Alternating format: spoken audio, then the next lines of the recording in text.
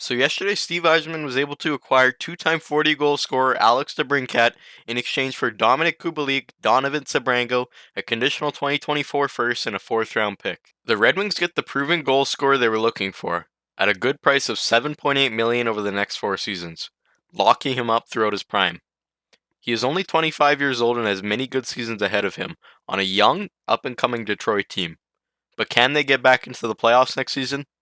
In a tough Eastern Conference, this year might not be the year, but they will definitely be in the race for a wildcard spot.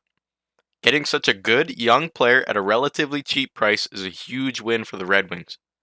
Kubalik is a middle six winger, Sabrango could be a decent depth defenseman, and a later first and fourth round pick isn't a great return for a goal scoring machine like DeBrincat, but I can understand it considering the circumstances.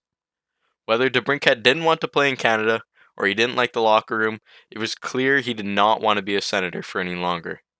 Ottawa had very little leverage in this situation, and they did a pretty decent job with the return. They can flip that first round pick for immediate help or a replacement. Kubalik could fill the hole that DeBrincat left, but he's not as effective. He specializes on the power play and is a better fit playing on the third line.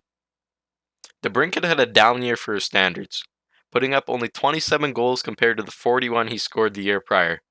But this could be due to his ice time dropping almost 2 minutes and having to build chemistry with different teammates. With Detroit, getting the opportunity to play first line minutes, he could easily score over 35 goals. An underrated part of his game is his passing. This past season, he put up a career high 39 assists, and he will look to get a similar total this season, playing alongside Dylan Larkin. DeBrincat is that special kind of player that could put the Red Wings over the edge and into the playoffs.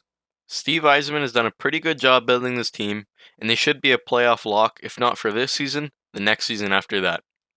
As for the contract, Yzerman got what he wanted, as he was unwilling to give him an 8-year deal, which was smart considering he is undersized and not very good defensively.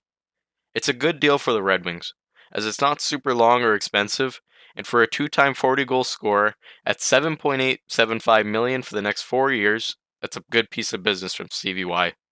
But is this enough for Detroit to get back into the playoffs?